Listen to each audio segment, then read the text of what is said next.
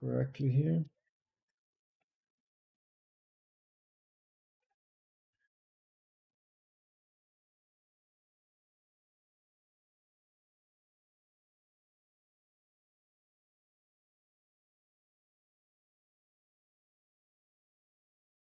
I'm gonna have my camera here for a while on the corner. Maybe at some point I'll just, let me see if we can.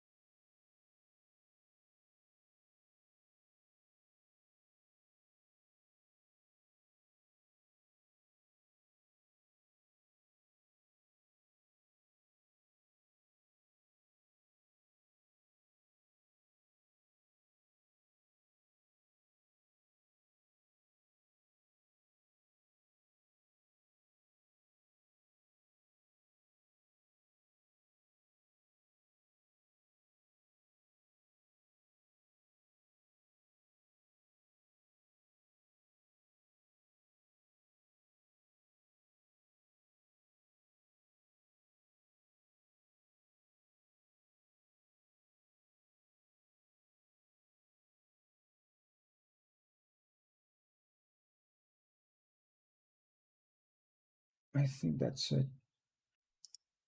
Let me see. Audio capture is good.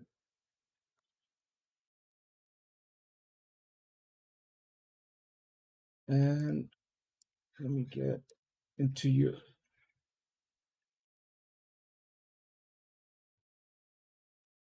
No, it's all good. It's all good. Can I hear you again? Let me see if it's coming through on the audio.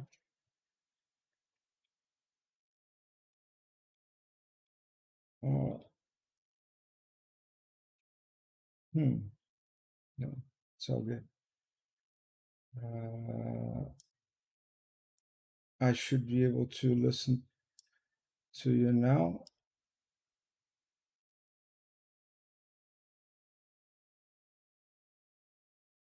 Still.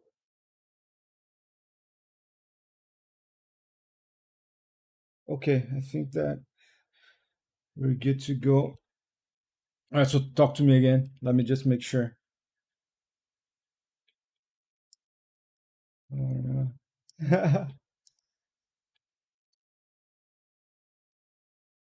oh my god. Yeah, my desktop audio is not coming through here. So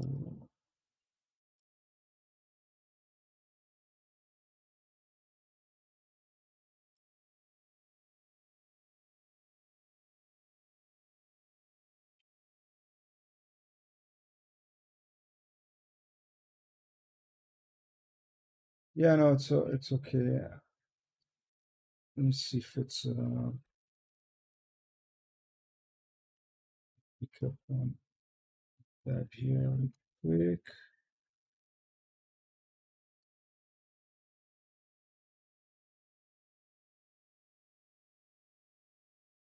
See if we get something here.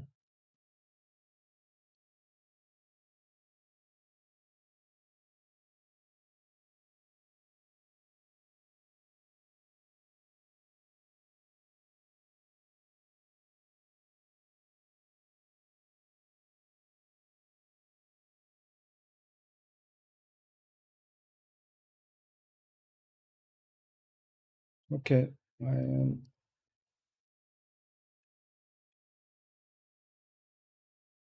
for sure not listening.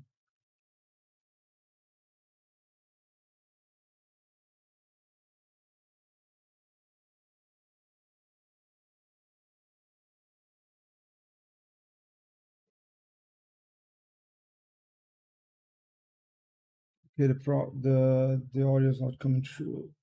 Let me try that because I can hear you. So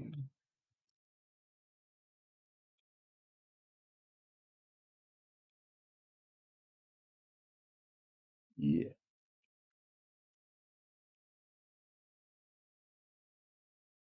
let me see.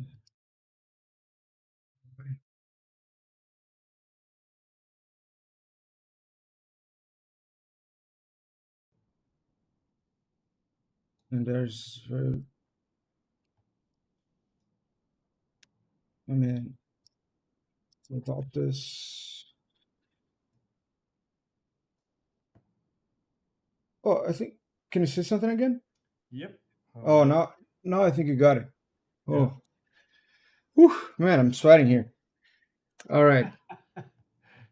Jesus Christ, this Under the is the wire. kind of. Okay, so what we're seeing is my desktop. So I'm just sharing my screen. We're Mhm. talking to Misha finally. So thanks, man. Thanks for giving me a bit of of knowledge today. It's been a long time since the beginning of the collapse of the world as we know it, and now we can finally speak. And how was it for you? I guess we cannot not speak about it, right? Did you stay like home all the time? Was like super you know compact thing for you, or did you go out enjoy something? Yeah, I mean, I guess it was a bit like everybody else that was capable of staying home in terms of their job and whatnot. So yeah. basically my entire last year was spent within my flat, Yeah. except for going out for groceries and whatnot. Yeah, And that did you get to so DNEG was fully remote, right? You didn't get to go there yeah. for basically more than a year right now. Yes, yeah, that started fairly early on. They were actually really good at, like, the tech team did a really good job of Yeah. setting up everybody fairly quickly, actually, with the remote work. Yeah. Yeah, I was. I guess it was the same thing on. At the time, I was in at Zoic, but Zoic was kind of doomsday. I remember the in the beginning it was like we were seeing the work ramp down, and then I remember one day having like lunch with a friend, and then we were talking about it, and he was like, "Yeah, don't worry, man. Things are gonna ramp up." And we're gonna pick up jobs really quickly. And then I told him, man, there's no free lunch. If like stuff is there's no jobs, there's no work. Someone's paying for this, and probably it's probably gonna be us. And you know, a week later, I was getting fired. But it was after that, I think that things were a lot better, especially now with the even like the situation is not great for everybody, unfortunately. Like there's a lot of people that didn't get jobs or anything like that, but for our industry, apparently at the middle kind of started to ramp up a lot faster, because I think that people just the studios just realized that they there was a lot more demand for streaming and for content, right? Yeah, I agree. Generally, it seems to balance out fairly well. The Yeah. whole filming industry definitely shut down for a while, but then it picked up almost more intense than ever, I guess. Like Yeah, right now, the it's crazy busy. DNEG's crazy busy right now, working like on multiple shows and trying new things as well. Hiring. Yeah, I think it seems like everybody's hiring. I think that's the best indicator that things Yeah, are not, they didn't die out or down at all. Yeah. like Vancouver, Montreal, Quebec. I recently spoke with a team in Quebec about an opportunity. It's pretty interesting how this industry got by. But yeah, so in this meantime, were you working on personal stuff, or did you took time to? It was too much. Yeah, no, no. Actually, I guess that was one of the big positives. I think from my side, it's kind of like Yeah, you had more time than ever to work on your own stuff, I guess. yeah, yeah.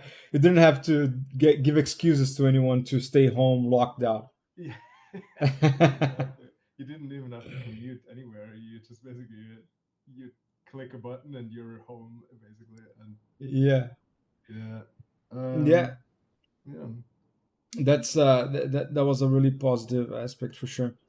And so I mean, there's a lot to talk about on the personal side, but I will kind of guide us to a little bit of what you've done before. I mean, just to stuff that I'm curious about, and that I would like to know more about.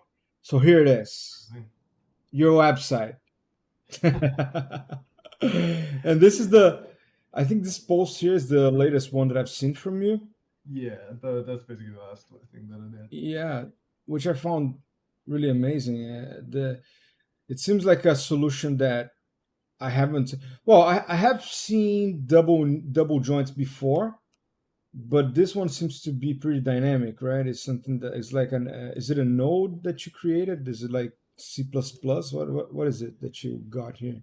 No, yeah, it's basically a Bifrost setup. I was curious to Oh use yeah, the. Mhm. Bifrost a little bit anyway, because it's new and I didn't ever get the chance to do so. Uh-huh.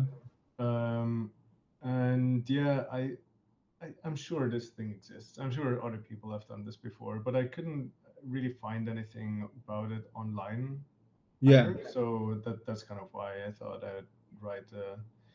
a blog post about it. It's yeah, basically how you split that corner joint, and I guess the two straightforward answers is that you split it and you move those joints along the existing joints, or you try to maintain the overall length of that joint chain. I mean, sorry, this is really in depth, but I guess it is about rigging. So Yeah, yeah, I hope whoever is listening in.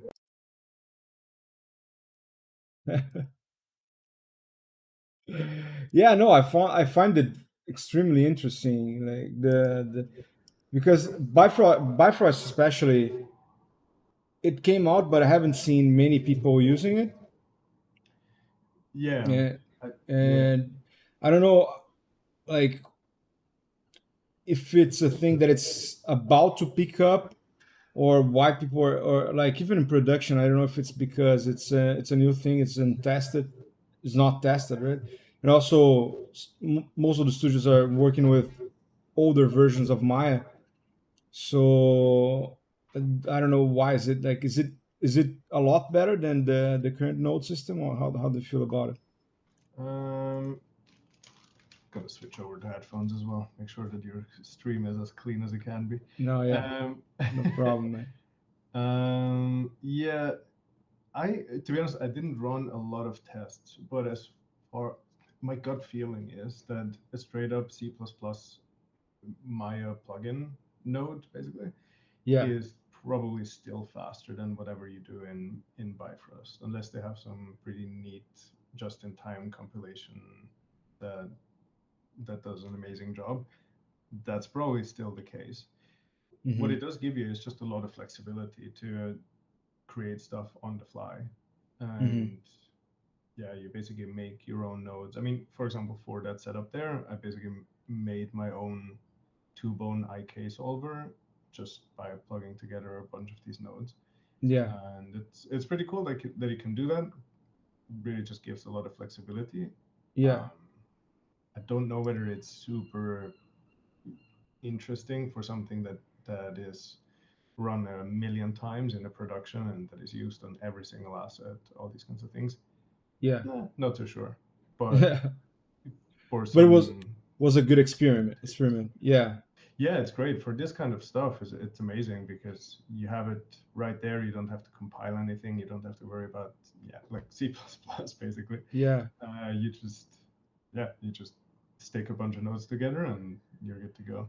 And It's have really you cool. have you been using a lot of C++ lately, like in production?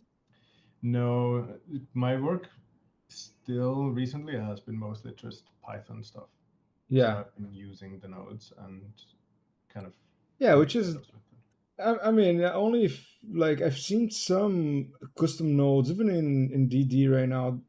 There's like some deformation smooth nodes or something like that, but there's not a gigantic amount of custom nodes. I think it's just yeah, it's maybe it's too specific for the amount of work that it requires, right? Like if you need to create a custom node, it's a lot of work, and Yeah, that's the it's, thing. For example, yeah, I guess basically what I just said about Bifrost, the opposite is true for anything C++ related. Like anything that you know, like a skin cluster, you wouldn't want to have a skin cluster that is basically like just plugged together and yeah, does something however, for example, Bifrost sees fit for it. But you want to have that as incredibly fast as possible because you're going to have a bunch of million vertices deformed by a couple dozen, couple hundred joins, who knows. yeah, Like any little speed gain that you get there, that's super, super important yeah, compared to, yeah, for example, this little setup for like a single leg. At most, you have two of these legs. So even if that takes 10 times as long as a C++ implementation, yeah. it's still not that big It's of a still deal. not that that big of a deal. Yeah, Exactly. it makes sense. Oh, and yeah, so that's one of the projects that you've been working on, that, well, that you did an experimentation with. But I know that Yeah. on the work side, you've been doing a lot more than this. And yeah, I was telling him that I spoke with Wesley today, and he was happy that to tell me that he met you and or that you were talking to him about work stuff. And another person that gives me incredibly positive reference from you, so it just reinforces my the notion that I have of the things that I've heard from you. But so I'll talk Mhm. about the things that I was asking you about regarding my code, right? So the things that I'm trying to develop. Yeah. So what I'm trying to do is still getting back to that Joker project. And before, what I did is was a one of a kind rig, right? Yeah. So I basically went there and like placed the joints, or I created small scripts that could do the job of like automating the creation of, I don't know, the chains, and then the, or even whole systems like the eyelids or something like that. But still, they're just, you know, all over the place. You gotta, if you don't have like a manual system of picking up the information, parsing it, and then uh, yeah, connecting them or organizing all of the systems into a folder. And also there's like the neck and all this kind of stuff that needs to be adjusted.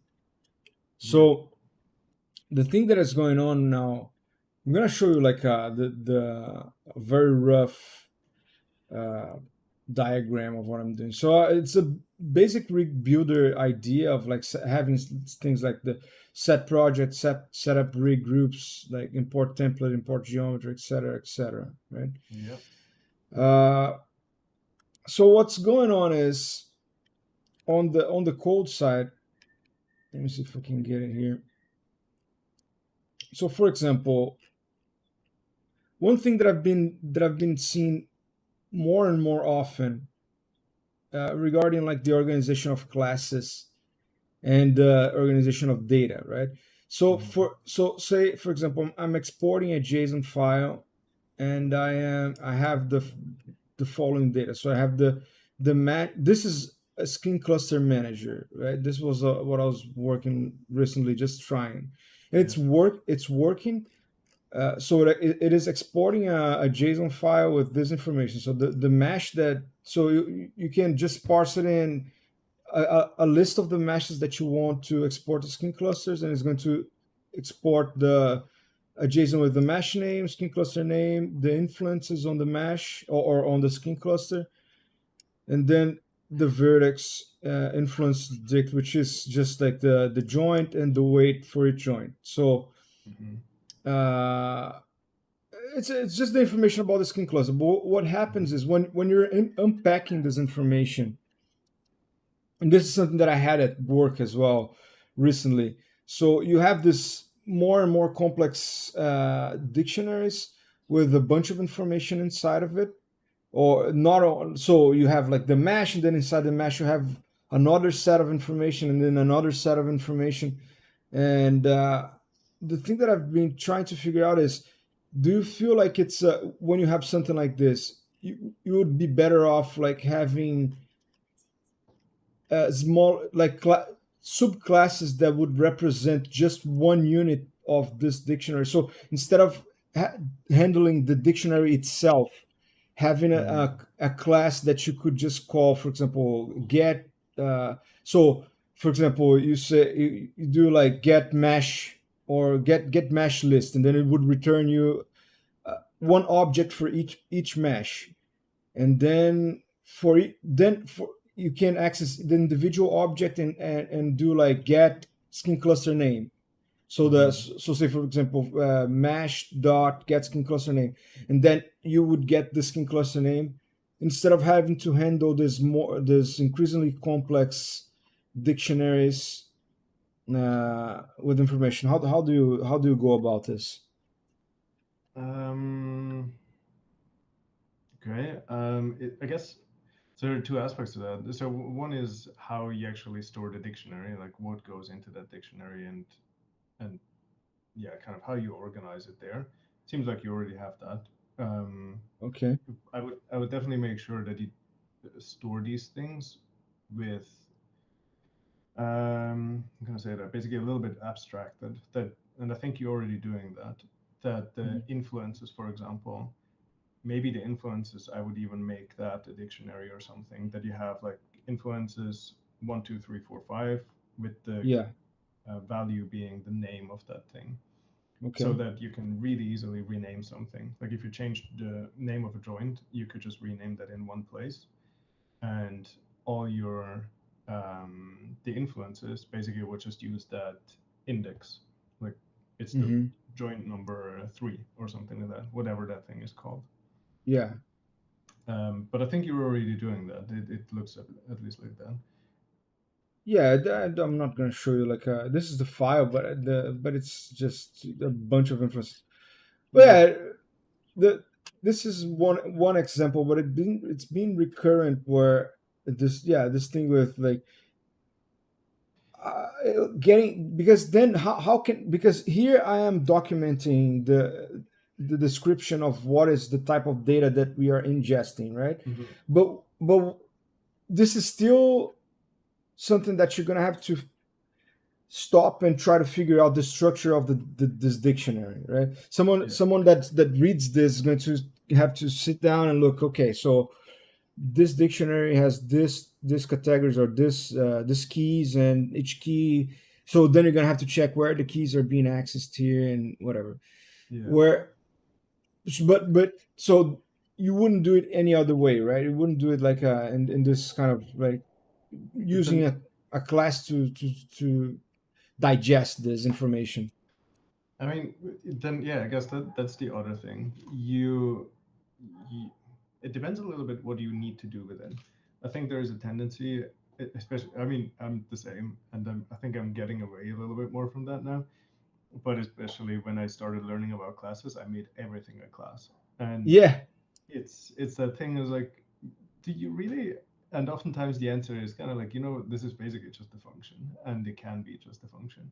Yeah. Um, so, but at the same time, it depends a little bit what you want to do with it, because what you're saying, that whole thing of basically it makes or it gives you back mesh class instance, um, and then you can do things like accessing the skin cluster of that mesh through just a simple dot get skin cluster or something like that. Yeah.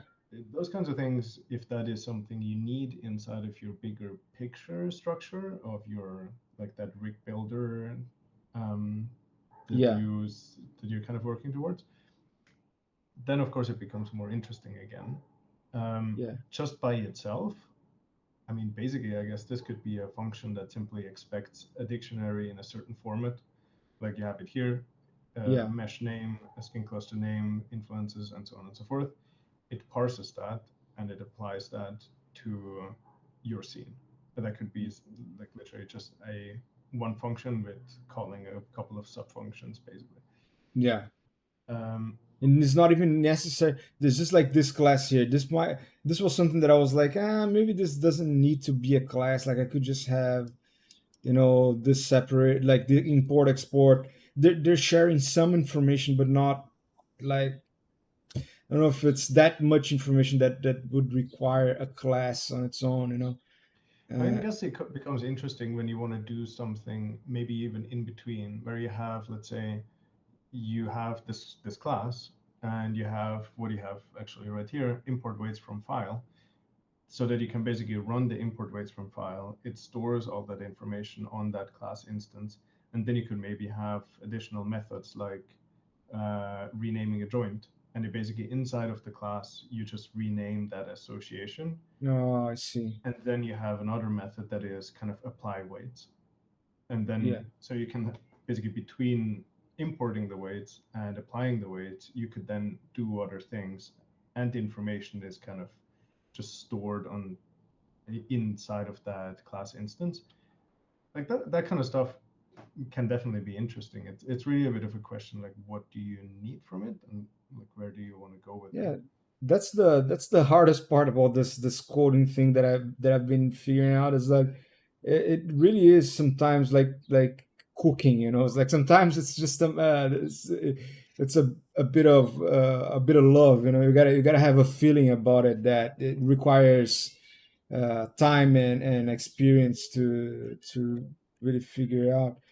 For sure, yeah. Yeah, I guess that's one question, but there are many other instances where, so for example, yeah, so it kind of, I've been falling more into this thing of like having smaller class, because this is something that I see different in at work, for example. uh, in work and digital domain, I think they have the mentality that you have, and this is, I believe it's not only digital domain, it's uh like a Python thing, let's say, but that you have, first you get the environment. So say if you're talking about an animal, right? It's Hmm. the typical example of classes.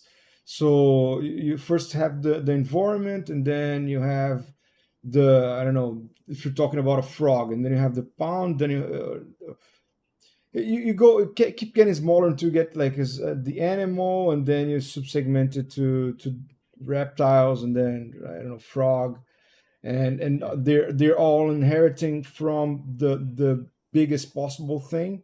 Like it's basically like some kind of like creature and then animal or Yeah, rig, or if animal, quadruped, frog. yeah, or even like what I've seen is, I don't know, I don't want to, be share information that I cannot share, but I guess this is too general. But so for example, if you have like a buildable, so the first class being a buildable, where you're Mhm. gonna get information about like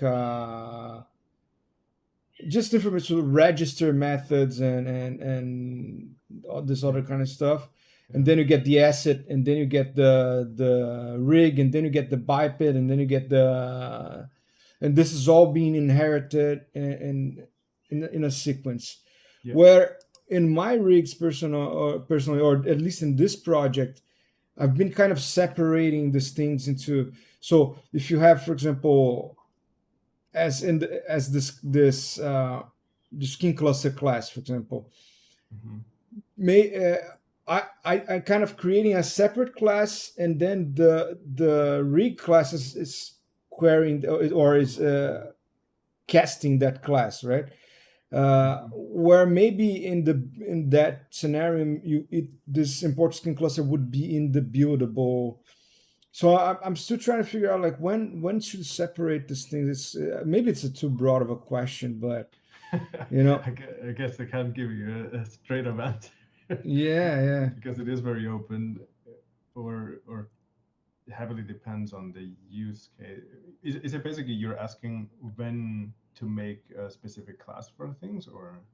yeah. That let's try that first. Like when the problem is like a structure of data, when you have like a big structure of data like this, and then I'm trying to get an example here for us, but yeah, the this system here, for example, let's see here what part of this. Yeah, so this one might be a good example for what I'm doing is I have like a higher level here, which is a different class. So this is the whole mouth muscle system. Let me Mhm. see if I have it open here.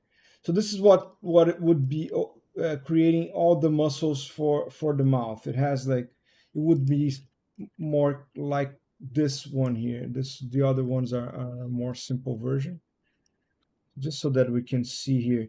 So this is the muscle system for the mouth, right? Mhm. So the mouth muscle is represent, the class is representing all of the systems. So each, then it's going smaller. So then it's going into the, let me see what I was thinking here.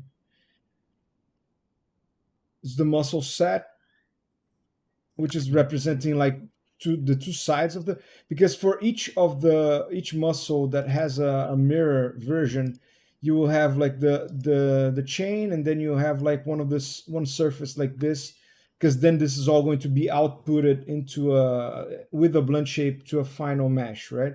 So Mhm. each of these muscles has its own mesh, and the mesh is then binded to it, and then at the end it's outputted into a using blend shapes to a final mesh, right? Okay, Yeah. so this is what I'm calling the muscle set, and Yeah. then you have the individual muscle which Yeah. needs to be built as well. So what I'm doing here is I'm separating, like, first the face muscle. So this is one muscle. Mhm. So this is all the methods that it takes to build this one single muscle, right?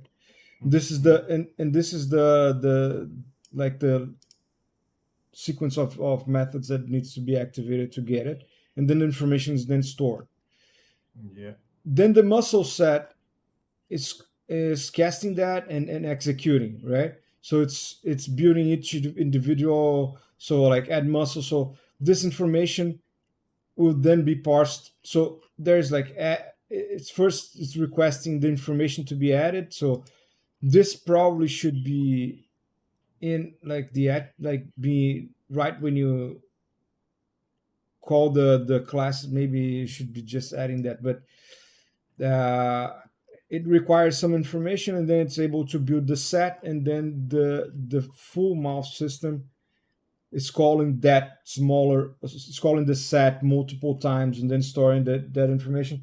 And with that, with this class you can get information about this set, and with this class you get all the information about the single muscle that you possibly need, right?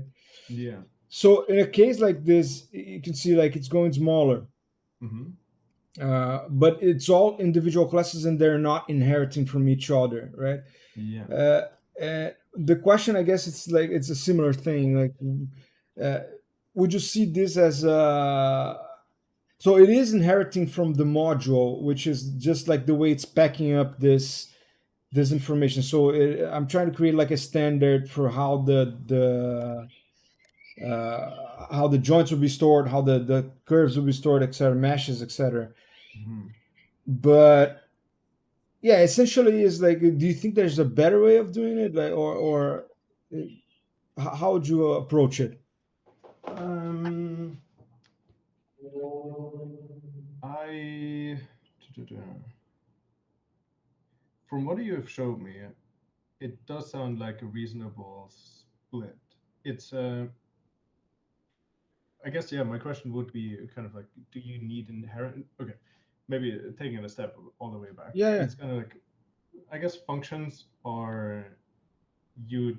It's they basically don't retain information. All they do is execute, and you get one final result, and that's it. So you don't have any retention of information, yeah, and you don't have inheritance. So whenever you need either of those two, that's, I guess, when you want to use a class. In your case, you seem to inherit from that module based class, yeah. which you say does something, or is it just basically an empty class that has no. No, what it has is like let me see if I can get it here. Yeah, so it's just like an organizer, it's mostly, yeah, it's responsible for like, so when you get like one single muscle, it's going to pack all into one single folder with all Mhm. the subfolders, folder, I mean a group, with all the subgroups that you need to get on that, and then it's going to create. So if, for example, for the muscle, it's going to create the attributes to create the muscle, or the to control the muscle, Yeah. and then I'm trying to create it in a way that so the muscle set is also a module. So then it's going to have all the sub modules and then all the attributes to control all the muscles inside of it. So it's it's a different. It's more for like the organization of this data that is generated. Yeah. So Okay. So, for example, whenever a class that inherits from that module base class is executed, it basically creates a group for it, for example. Is that yes, yeah, right? Okay. yeah, Okay, so and it definitely helps you organize all of your stuff. By inheriting, you just automatically get always the same class, or always the same grouping logic and all that. Like, yes. um, I think that that basically already answers that question. It's kind of like that sounds reasonable because then you actually do benefit from that inheritance. If you would copy paste the same code everywhere, it's kind of error prone, and in that case, really, there's not a lot of downside. I wonder whether it's necessary for you to have individual classes for these muscle strands and muscle or the groups of them or the set. Yeah, Um, do you plan to reuse those somewhere else, or is that basically a kind of like one and done thing that is just going to be for the face and that's it? that's a good question. That's a good question. Yeah, it was create. I was creating it. I guess I thinking of a possibility of to reuse it, and also a way of easily act. It's the same thing that we were talking about. Like I could maybe just create that using a function, but then I would have to return like a dictionary or something with a lot of data, and What do then you return from that? Does it need to return a lot of stuff? yeah, that's. I mean, so let's say, for example, that the you have at the end like a bind joint at the end of the muscle strand, right? Yeah. So yeah, I guess you could return a lot less information. Maybe let me see what kind of information are we getting. Maybe that's the best way to Yeah, talk I guess about as it. well, how do you define how these things are being built? I think you, at some point, I saw somewhere that you basically use a dictionary, or sorry, a JSON to kind of define the placement and all these kinds of things. Yeah, this one is using some. Uh, yeah, and this is well, let's talk about this next. But this is a good Okay, okay. this is Yeah. a good example of a problem that I was having with the dictionary with a bunch of stuff, Hmm. and that was getting hard. But basically, the reason why I'm using this module here is because, so for example, if I need, yeah, like all this gets here. So for example, get module name, get module site, get surface list, get follicle Hmm. list, get joint list. So this is all stuff that I would be able to get from this single surf or single muscle strand here. You would be able to get all the this individual data. Yeah. That, I mean, it's what you're saying. Like maybe I wouldn't even need it. Like No, I guess it kind of depends. If you treat the entire face thing as a single module, then I guess I don't know. You probably want to access. I mean, no, I mean you have a point because then you can always go kind of go deeper and you go into like the set of these muscles and then the individual muscle from there and you still have the same. yeah, Yeah, I guess I that's guess actually cool. I've started it from the small part, which I'm now trying to get around it and begin the rig builder itself and like be uh, focus on the major stages, because otherwise you're just going to be working on individual pieces and then at the end you have nothing, right? So like Yeah, yeah, at least with the rig builder you can go stage by stage, and if there's not enough time you just do it roughly or something like that. But yeah, on on the small level, what I was thinking is this, like being able to access this all this information and never lose the access to data inside of it. But also you are the one writing it, so I mean I am the one writing in this case, yeah, but yeah, it's this inheritance problem. I guess for me it's mostly this now, like when to separate it, and yeah, this buildable thing also of the rig builder, of registering the methods to yeah. be executed on the rig builder. This is it different from like all of the does all of the places that you worked on, and they have this sort of same thing where you can, at least in scanline and digital domain, they have this thing where you can register a method and it's just going to add to the execution list, and you can add custom things, and it has already the methods, but then you can add custom things, right? Yeah. I mean, DNEG, for example, I guess has that a little bit more wrapped up, and you basically have you just build a module, and it expects certain methods inside of that, Yeah, um, which then during a rig build, it just kind of executes those methods, and whatever you put into those methods it's is executed executed. off. Yeah, Um, and I do kind of like that because it's very, you just have this top level structure, and inside of it, you can build whatever you want. Um, it really, at the end of the day, you're a rig builder if you make something, I guess is really just a sequential execution of script, because that's yeah. what it comes down to. And Hmm. then you make some kind of an interface or maybe a command line or something, um, that allows you to define in which order those scripts are executed and which script and what Hmm. data goes into them and stuff like that. So I guess the really important part is just having a solid framework for each of these scripts, so that, for example, you build a rig means, okay, you have your top level thing is going to be like this element. Every step along the way is just going to be an element, however you call that, and it executes that element. And inside of that element, you're going to have certain functions that it executes, maybe like a pre-process run and a post-process or something. Hmm.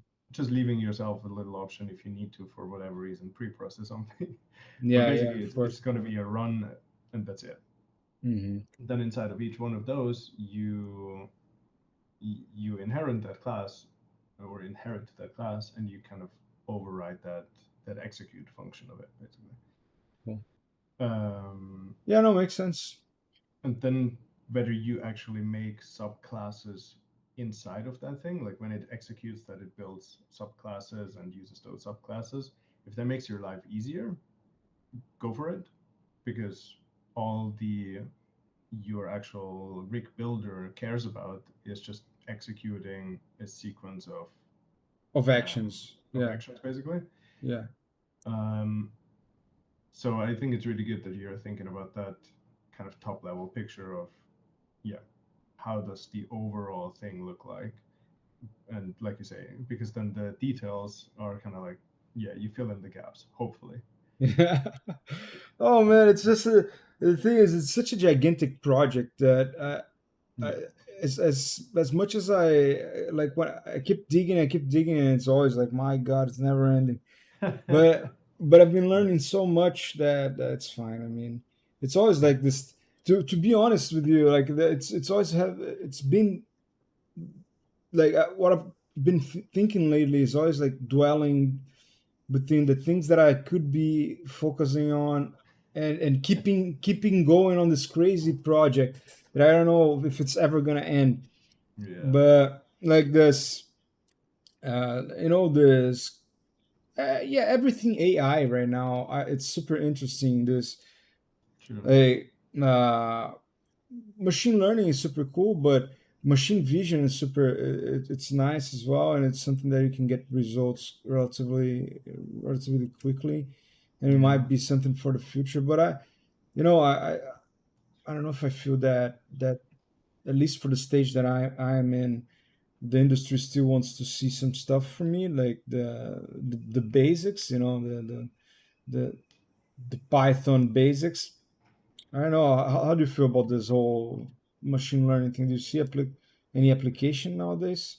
Um, Well, I mean, actually, a couple of things, I guess. So first and foremost, before answering that straight like the last Yeah, question, it's kind of yeah, like I think it's important that you take out of this whatever you want to take out of it. That's a dumb thing to say, maybe, yeah, yeah, but hopefully it makes sense. It's kind of like you go as far and you push it as far and you pursue it for as long as it actually benefits you. Like, yeah, whether you want to sell this thing at some point, then I guess that's a thing that you want to pursue, or whether you just want to learn. And if at some point you're kind of like, you know what, right now I'm just doing the same thing again. This is just for myself. I'm never ever gonna like monetize this or anything like that. Then you're like, yeah, this is probably as far as I want to push this. I learned the things that I want to learn, and that's it. Because I agree. Like I have projects as well where I'm kind of like, man, why am I doing this? Yeah. It's like I'm literally just doing grunt work by now, and I'm not learning anything anymore. It's not like you're gonna Yeah. pay me. It's like why am I doing this? Yeah, it's very hard, man, to work without seeing results. And Yeah, I guess that's why I try to do this sort of streamings, because at least I feel like I'm doing something productive, or like, making something. it's really cool because in a way, I guess these kinds of things where you kind of give back to the community in a way, Yeah, even if you make it open source or so, even if it's just one single person that comes across your project and it's kind of like, you know what, this is actually awesome. I'm going to use this to learn from or kind of develop it further. Like then that's already super worth it, I think. yeah. But yeah, at some Uh, point, I guess you just have to evaluate: is it worth it for you?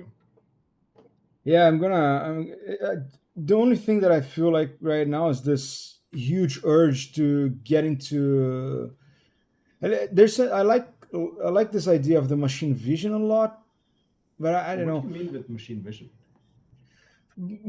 Or computer vision is just the. Ah, gotcha. Okay. So the thing, like, that you could evaluate, like, okay, there's five fingers, like, through the camera, Yeah. through the webcam, you can, because it's Python as well, Yeah. and you can, and there's a lot of modules that are already made for face recognition and hand recognition. Yeah. But it looks simple on the surface, but it's just a rabbit hole as well. There, I know if I begin to try to make sense of it, I'm just gonna be like, going on and on forever. Yeah. I But it's I all, mean, yeah, the whole machine learning thing, I think for our industry, I can definitely see some benefit in, for example, um, yeah, I don't know how in how much detail I can go, but basically the idea is out there yeah, anyway. You just kind of compress deformation of whatever kind into a like into a learning algorithm, basically. Like you learn on a rig that is super high detail and has all yeah, kinds of deformers and things like that. You basically learn that deformation and then you apply that into a potentially like a single deformer. And that, because I guess at the end of the day, that's kind of what it is. You just have a bunch of joints as inputs, and then you have, some kind of deformation that goes on top of it. But that deformation is basically just if your arm is here, you need to have these vertices like that. You can absolutely have that being learned by a machine by learning machine algorithm. learning. Like for that kind Yeah. of stuff, I think it's great. And Um, are you into this? Like, are you like developing this kind of stuff, or is it something that you're aware of? no, like short answer, no, not right now. I think I'm gonna get more into it. I don't think, did I ever mention that? I'm about to join Ziva right now. Well, man, Wesley mentioned something like this, but I didn't want to, intrude and so, or in any of Okay. the. But yeah, there must be a pretty cool ride, man. Yeah, I'm terrified and excited all in one. That's going to require a lot. I got to tell you, it's going to be dip shit. Yeah, no, those guys, like everybody I've met so far is just incredibly talented, but at the same time super nice. So And I'm super looking forward to yeah, you might be super excited. it. And Yeah. what's it that you're most excited about? Do you think? About that one, it- yeah, just learning. I think I'm gonna be, I don't know. I hope that I'm gonna be by far the dumbest person in the room, and I'm just gonna learn a lot. Yeah, man, suck that juice, that Ziva juice. No, and I'm really excited because it has that startup feeling. I mean, it still is pretty young, that company. Yeah, yeah, they just got Um, like a massive investment. It's certainly yeah. not going to be the last investment they're going to get. Yeah, So if they keep going with their stuff, then I doubt I doubt that would be the last thing. To be honest, I bet that they're probably gonna get to a point where they're gonna have their own platform or something like that. Do you think that's a possibility? Maybe you know something I don't. I, I could. I mean, what do you mean with platform? Basically, like almost like their own Maya. Yes, exactly. I don't know. I guess there's a chance. I mean, so far it's still mostly about the deformation side of things. So I wonder how far they want to go into just handling everything, because I guess It's that too is a much, right? huge thing. Yeah, it's too much. It And they have their is it worth it, basically? yeah, it's already they're already very invested into Maya as well. But yeah, Yeah. I mean what what do you think about the real time thing? That's a good question, I guess. The real time wave that's like a tsunami that's Yeah, Jesus. coming, and I don't know how much this can be avoided. What do you think is the future of this? Do you feel like it's is it is it going to merge with VFX? Is it going to take over VFX, or is it going to be a part of the ecosystem? How do you feel about it? Man, I, I mean, a bunch of years down the line, I could totally imagine that like stuff just goes more and more towards real time, and who knows, maybe at some point you're just streaming some kind of like animation curves, and that's your movie. You don't even download an actual Yeah, film. You just have like your basically game engine, and you download some assets and some animation curves, yeah, some yeah. audio files, and that's it. Or That's cool. like online theater where you can watch people performing live. Basically. And Yeah. if you want to have, I don't know, Fast and the Furious with another actor, you just swap out the asset or something. I don't know. On the fly. Yeah, exactly. It's just, You are the actor in the future. You are the one like yeah, and you're watching like man, I'm looking good there. exactly, man. I think people would love that if you can just swap out the like to be the main character in every single movie. People would love that shit. Imagine and Man, James Bond and all that. that would be super cool, and yeah, it's an interesting future It's because like, like yeah, I can see that all of the companies are investing heavily on real time real time. division, right? Yeah, Yes, for sure. I think it's very similar to machine learning right now. It's a huge buzzword for a good reason. Like it yeah, has a lot of potential, but it's not the answer to everything either. It's this weird thing where I think right now everybody is just using it as no matter what you talk about, it's kind of like, yeah, but real time is gonna solve all of these problems, or machine learning is gonna solve these problems. Like yeah, it like any other technology, it has its place, and some areas it doesn't have its place. yeah. Um, and right now, for example, real time, including for example Unreal 5's nanite technology, it's kind of like it's amazing, like no question about it. It's really incredible tech. Um, but I always find it funny when these things are promoted as kind of like, yeah, you basically don't have to worry about polygon count anymore. You just throw in your asset no matter what. It's like It's nuts. you still want to worry about your polygon. Like if you ship a Yeah, game and it's like 10 terabytes big because all your assets are just like a zillion polygons, even if it runs in real time, like people don't want to download that shit. no, no, it doesn't make sense. I mean, Like it, it's cool that it fine. can handle it, but it's just not Exactly. viable. And actually, I think the nano itself is probably more interesting for film than it is for games, because I guess for a film production, if you can just make this asset and all you need from it, you don't even have to really like distribute it to your audience. Yeah, It's only you using it. You don't care about, yeah, whether it's 1 gigabyte or 10 terabytes, whatever. I guess you're still happy if you can save the amount of time to poly reduce and reproject textures and all that kind of stuff. If you just drop in your asset and you can kind of have it live in your scene, that's pretty amazing, probably.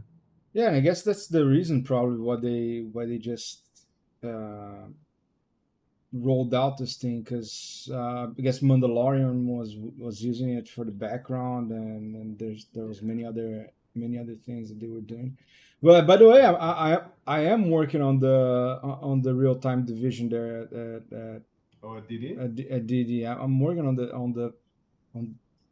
but it's a different thing, right? It's not for VFX. It's actually for uh, games, for like a cinematic. I don't know. Cool. I don't think it's a problem to talk about it, right?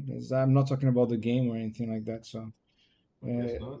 yeah, yeah. I mean, I guess I'm the one to get screwed, right? And I can't judge whether it is a Yeah, problem or not. yeah. But I can see the stage that it's in, at least for the on the game side. Mhm. What I do feel is that I believe that the leap that it's happening is in the reason why this studios are interested in the real time right now. It's not, at least in my case, it's not that the studio is interested in that for visual effects. Is that the real time engine is allowing them to use high end techno or high end computer graphics in the game. So it's no longer like, so for example, if you get like, I don't know, EA or anything like that, they have a good facial system, they have a good body system, but it's not an outstanding facial system, it's not an outstanding body system, like not Mhm. necessarily muscle simulation or Yeah. you know facial mocap. They do have facial, of course they have facial mocap, Yeah. but it's still a lower poly with and now they're being able to apply this high end technology, or try at least. I think that is the case for digital domain, is the case for method that I'm aware of. And but Yeah. yeah, I don't know I mean that's kind what's of what next. Ziva did as well just recently when they released some like the news about their involvement in the Spider-Man game, where I think they have like this really high res muscle sim rig and just like all the fanciness that you could throw at it, and then they bake that into a um, yeah, into basically a machine learning solver. It's basically just it's a post-based deformer. Like it at that point, the whole machine learning part is basically just a glorified post-based deformer. That's what it Yeah, is. yeah, You you just have a certain pose and you trigger a bunch of blend shapes basically. yeah, It just happens to be that machine learning is incredibly good at that shit. That is like it that's really all it does, I guess. In general, machine learning is just kind of you have a bunch of potential inputs, and depending on whatever your driver is doing, you blend towards certain solutions inside of yeah. your kind of machine learning model. And and yeah, I mean that stuff is incredible. Then you have things that basically take maybe, I don't know, 10 minutes to just scrub through your Maya timeline. Like for every frame, you just wait 10 minutes or so because it's so incredibly detailed and complicated. And you get that in real time because at the end of the day, it's a single deformer. Yeah, so this is another question that might be. Let me see. I don't even know how much time are talking here. Let me just check it. But No idea. yeah, it's a little time, not much. But another thing that I've been struggling with this rig that I'm working on is the fact that for a very long time I was very focused on this joint based approach. And at Mhm. sometime I started to get a little depressed because I was like, man, this is getting nowhere. This is going nowhere. Nobody cares about joint based facial rigs. It's not going to, you know, the future is it's fully blend shape. But that's a thing that I would like to hear from you. Like, what do you think? Do you think there's still place for joint based approach in rigging? I would say it's, I mean, hard to predict right now, at least for me. But I think, for example, for realistic faces, probably the way to go is, um, yeah, that you have a bunch of hopefully even scans from the actor, and you just kind of Yeah, feed that into it, and you get like the real deal basically. You know exactly what it should look like. You match that, and you're you're golden. Yeah, yeah. You That's don't need perfect to. solution basically. But at Yeah, the same time, then you have a fantasy creature. Like, what do you do there? yeah, You still need to have some kind of like a baseline. Of course, you can sculpt all of the blend shapes, but at the same time, it's kind of a question as well with animation or for animation, because yeah, if it's an actor, you just want to have that realistic kind of talking, emoting. There's not really that much creativity even involved. But then you yeah, have like a kaiju from Pacific Rim, and yeah. it needs to do whatever animation wants to do. And I think there I still think that it has its place right now, at least. Hmm. Um, but yeah, man, it's so hard to predict how these things are going to evolve. Like, if all of this machine learning thing becomes better and better, and especially more reliable and high res, I wonder at some point you might not even need like a live rig in your scene. Maybe you just, I don't know, Yeah, sketch it out, and you kind of do drawovers, and the computer instantly kind of takes that in and adjusts the pose of the rig or of the rig and yeah, stuff. I have no idea. I have no idea where it's gonna go, but I think right now it still has its place. yeah. I mean, with this rig, the way I'm going about it is like I need this rig builder because I feel that I need this on the like I need to have something with a UI and like kind of a complex structure that I can present Hmm. and that it's kind of reliable. Yeah. So that I can take this out of my way. And people are, I don't have to explain this to anyone. I'm like, I don't have to prove myself every single time, you know. Yeah. But No, I agree. like the blend shape thing, the way I was thinking is okay. So maybe you have a mesh that you don't have the blend shapes for it, right? You're just getting like a single face, uh, and then using the muscles you can like skin weight. The idea with that surface is that it's going to have all that huge amount of joints that you can bind at once, Hmm. and then all of the skin weights are already pre-painted on on that set of surfaces. So Yeah. it's going to build import the same skin clusters every time, and then you don't need to think about like, okay, I need to bind in a specific way here or whatever. You Hmm. bind everything at once, smooth it out, and then it's already working. Hmm. But still, the results would not be extremely realistic. It would be more like a linear thing. But you could Yeah. already have a setup where you would get like the blend shapes in place so that you can just like have it like this. You can the muscles pushing this way. You can just sculpt the details, the volume or something like that. Yeah. But That totally.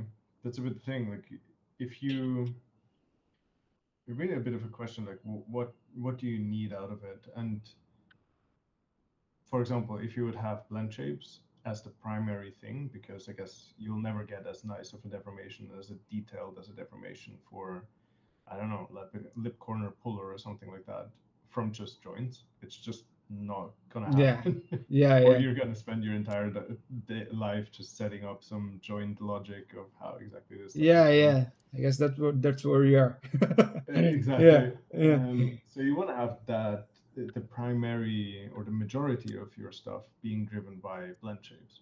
And But if you need to make up blend shapes, for example, again, if you don't have a scan data, for example, it can be an incredibly useful starting point for build, like for the modeling team, if you can basically provide them with like a an reasonable initial, position, yeah, and yeah. then they can use that to sculpt all the details and wrinkles and whatever, and then you feed that back into your rig as basically at that point taking over what the muscles were doing or the joints were doing. Like, those kinds of things are very totally can have their place, I think, because Yeah. yeah. Yeah, but also you could also have like a set of like say 50 blend shapes that are based on the same mesh, on the same base mesh, and then you just blend shape it to the actor face that you want, and then it's going to spit like a generic 50 set, a set of 50 generic blend shapes, and then you can add the details. I don't know if joints are necessary at that point, right? Maybe Yeah. uh, maybe you could have joints just for extra deformation or something like that. Yeah, I think that for that it's definitely, especially like around the lips or so, where you maybe, it depends on how many blend shapes I guess you have as well. If you have 50 blend shapes, you're probably going to need some joints. But if you have 500 blend shapes, maybe Yeah, you're okay without it. It's yeah, it really a question, but I think so too. If you have the majority of your deformation coming from blend shapes, they already look nice, but then you can kind of move around some cheek fat if you need, for example, if you need some wiggling because somebody is running, jumping, or something like that. I guess it's really nice and easy if you just have a joint here that you just move up and down. But yeah. Wow, that's eye opener, an eye opener. That's why it's good to talk to people, especially knowledgeable people, because sometimes you're too much in your own world and focused on your own ideas, and no, what do you mean? sometimes it's just like that. But yeah, man, and But I think for what you're doing, I think it's great because, like you say, I guess you want to make something that has, that basically shows off that you know how to do something complex, that you know how to do something that has a UI, something that is nicely structured, that you can expand. It's basically, it shows all the potential that is that is you. yeah, And for that kind of stuff, it's, I think yeah, yeah, yeah. it's fantastic. Um, Yeah, but but yeah. I understand what you're saying, and but I have another question about you. So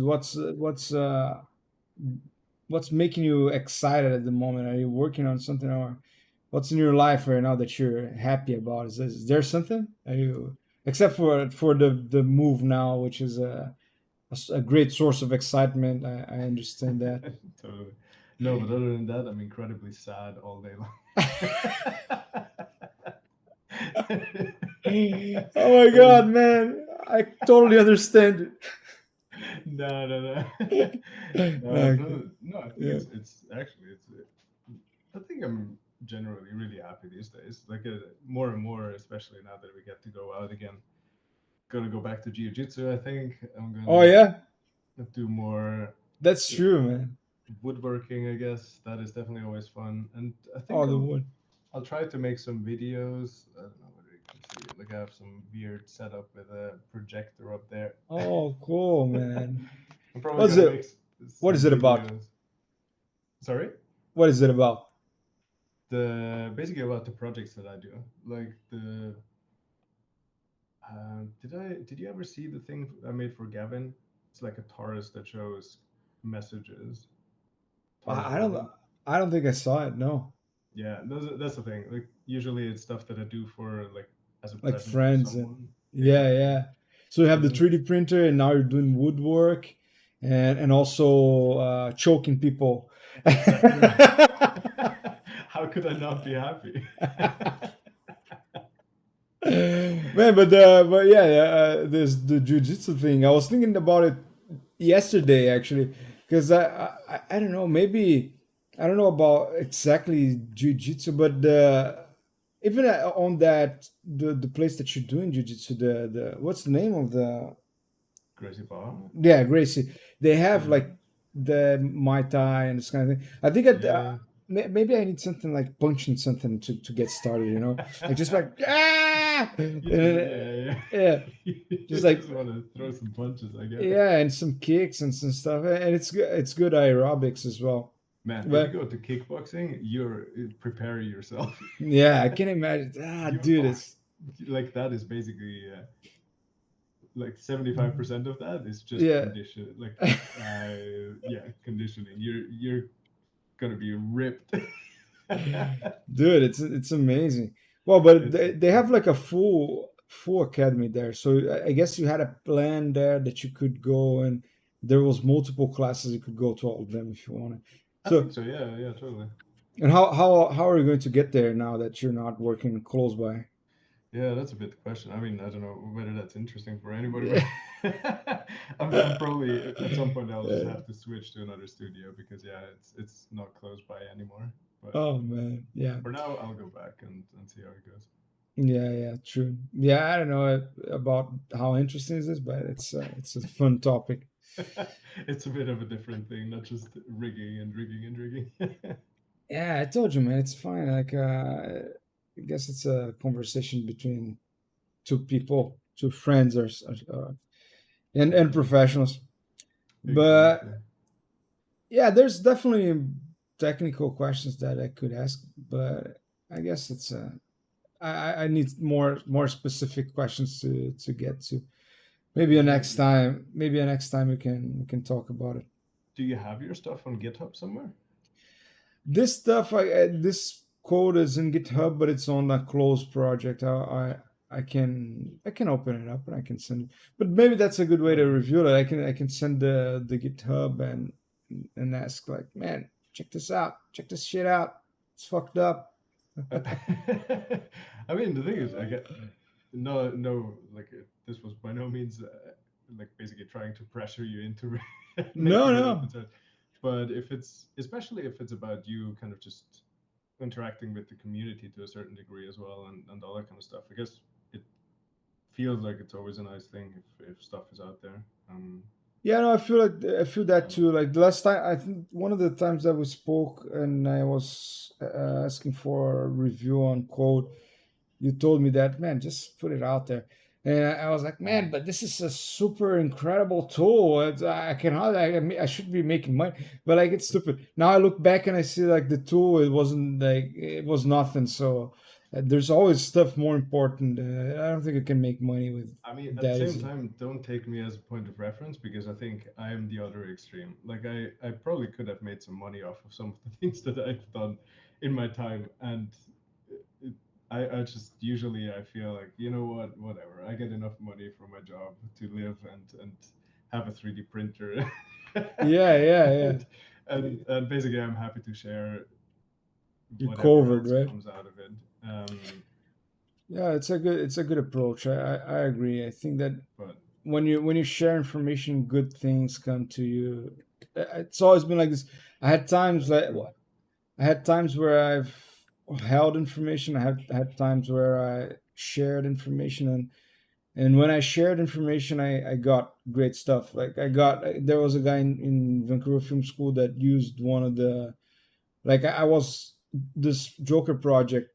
mhm, I was streaming during the whole thing, and sure. one guy there used this entire stream to build a similar thing, and he got a job, and now he's a Brazilian as well. He's Oh shit. working he's working in Scanline, and then he invited me to his birthday recently. I went there. And he was super happy. Man, you helped me so much. It's like, dude, I didn't do anything. Uh, well, That's incredible. the things were just recorded there. He did it by himself. But this to say that it's a person that got something and wouldn't get otherwise, or maybe would have gotten, but did get some value out of that, right? I think that's definitely my mindset as well. And I think so far in my life it was the same thing. Like it always paid off. Sometimes it maybe takes like 2 or 3 years, but at some point somebody comes along and is like, you know what? Like that project that you've done, like I don't know, we're starting a company and that is exactly that. Like I know this was just a pet project for you, but Yeah. this is exactly what we're doing. You seem like the perfect candidate. Here's a Wow. chunk of money and I don't know, Yeah, like we yeah. want to have you on the team and you end up in like this amazing opportunity or something like it so far pretty much every time that I've done stuff that was like freely available and I could have maybe made a couple $100 off of it or so, I think it was way more worth to just share it. And maybe not monetary or monetary, maybe not monetary, but just yeah, exactly helping other people out, and then they probably they remember you as well. Maybe at some point you need a job, and that person definitely still remembers you, and it's kind of like, hey, there's this guy. Basically, the reason why I got into this industry. If you have a job, just hire that dude. Sure. Like True. it's that kind of stuff that I generally go with that route. Man, awesome. Look, Mm. the I gotta be honest about one thing. Maybe our audio is completely screwed. So there's a huge possibility that all of this was just a conversation between me and you. I can see that few people went in like and interacted, and I'm feeling like maybe the audio is screwed. I don't care. I don't care. This was all an excuse to talk to you and have a good chat because To be honest, I'm I happy was with that too. I was missing this silly conversations Otherwise, and we do it again at some point or so if we yeah, can. yeah. Furthermore, like if in the future or something like this, once you get into you're gonna get into Zip, we're not gonna be able to talk much about it, but maybe you're gonna get a different perspective of life may, Yeah, and maybe we'll be able to share about it. But totally. one of the things that I'm thinking of for the future is like actually getting a microphone and meeting people and actually because that's the only way you can guarantee good quality audio or something like that. And then we That's a good can idea.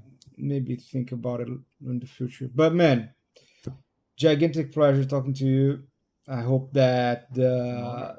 this new chapter of your life is nothing short of amazingness, and Yeah. that you continue to man. I was telling this to you in the beginning, but I've spoke with Marcos. I spoke this second random person that is Wesley come to me and tells me that not only you are an amazing person, but you are invaluable to the company. That the company is going to suffer your Damn. loss, I hope not. uh, just a tiny bit. Exactly, Uh, like a tiny bit for my ego, and the rest. yeah, I hope they don't give a shit that I'm gone. I guess it's Yeah, definitely going to be at least not. Let's say like this. Let's put it like this. It's not about the suffering, but it's about how much you contribute, right? If you contributed much, and they're definitely gonna miss it. But yeah, totally. that's a very cool thing. I'm pretty sure this is going to continue to bring you good stuff in your life. And Thank you so much. thank you for this hour of your life as well. I highly appreciate it, man. Man, super welcome. Yeah, we got to meet up either in another stream or just in person because I need to know some stuff of you as well. Feels like we've just been talking either about your code or myself. Ah, it's I don't fine, know man. about your life. Eventually you're gonna get there. Yeah. I hope that when we meet, I'm not gonna be being choked by you. Like like oh Misha, go on. Let's just talk, man. What are you doing? Yeah, Let's see. cool, man. So I think that's it for today. We're gonna end up in this note. Good finishing, and we're gonna talk soon. Wish you Sounds good. all the best, man. And when we have news on both sides, we're gonna get back in touch. Sounds great. Totally. Cool. All right. See you, man. Have a Take good one. care. Bye See bye. you. Bye bye.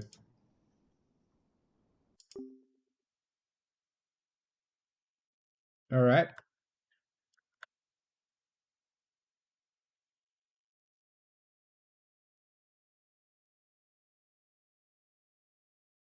Boom.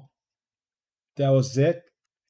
So I know for sure that my audio was being recorded, and I'm pretty sure that Misha's audio wasn't pretty good because I'm concerned about some of the audio input here. But anyways, it was a good talk.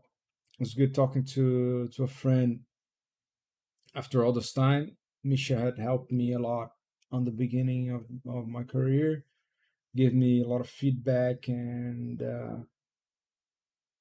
yeah, on my resume, on my demo reel, and that helped me a lot to land my first job. And he continues to be this cool guy, just talking.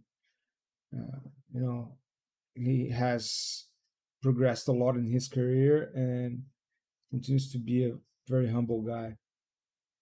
So yeah, I hope that it could be of some value anyone watching now or in the future. And if the audio sucks, we're gonna do it again eventually. All right. So you guys have a good one, and bye.